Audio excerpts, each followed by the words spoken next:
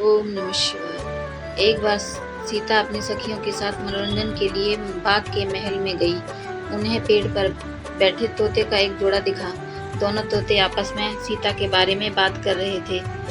एक ने कहा, अयोध्या में एक सुंदर और प्रतापी राजकुमार है जिनका नाम श्री राम है। उनसे जानकी का विवाह होगा। श्री राम 11,000 वर्षों तक इस धरती पर शासन करेंगे। सीता राम एक दूसरे के जीवन साथी की तरह इस धरती पर सुख से जीवन बिताएंगे।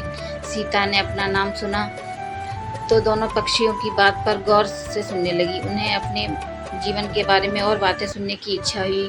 सखियों से कहकर उन्होंने दोनों पक्षियों को पकड़वा लिया। सीता ने उन्हें प्यार से पुचकारा और कहा, डरो मत, तुम बड़ी अच्छी बातें करते हो। यह बताओ, यह ज्ञान तुम्हें कहाँ से मिला? मुझसे भयभीत होने की जरूरत नहीं है। दोनों का डर समाप्त हुआ। वे समझ गए कि वे स्वयं सीता हैं। दोनों ने बताया कि वाल्मीकि नाम के एक महर्षि हैं। वे उनके आश्रम में ही रहते हैं। वाल्मीकि रोज राम सीता के जीवन की चर्चा करते हैं। वे यह सब सुना करते हैं और यह सब कंठस्थ हो गया है। सीता ने और पूछा तो सुक ने कहा, दशरथ पुत्र राम शिव का धनुष भंग करेंगे और सीता उन्हें पति के रूप में स्वीकार करेगी। तीनों लोकों में यह अद्भुत जोड़ी बनेगी। सीता पूछने जाती हैं और सुक उसका उत्तर देते जाते हैं। दोनों थक गए। उन्होंने सीता से कहा, यह कथा बहुत विस्तृत है, कई माह लगेंगे सुनने में।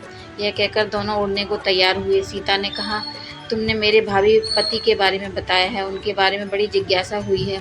जब तक श्री राम आकर मेरा वर्ण नहीं करते तब तक तुम मेरे महल में रहकर आराम से रहकर सुख भोगो।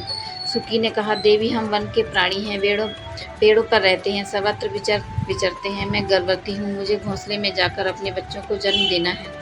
सीता नहीं मानी। सुक ने कहा, आप जिद न करें, जब मेरी पत्नी बच्चों को जन्म दे देगी तो मैं स्वयं आकर शेष कथा सुनाऊंगा।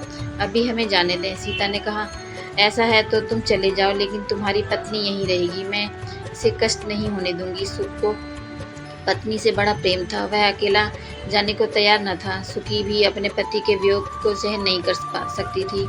उसने सीता से कहा, आप मुझे पति से अलग न करें, मैं आपको शाप दे दूंगी। सीता हंसने लगी।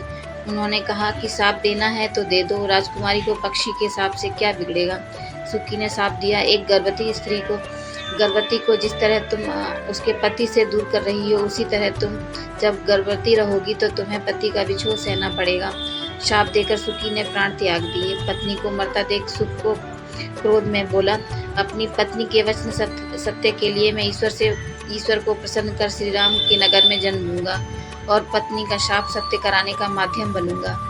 वही सुकी अयोध्या का धोबी बना। उसने झूठा लांछन लगाकर श्री राम को इस बात के लिए विवश कर दिया कि सीता को अपने महल से निष्कासित कर दे। जय श्री राम।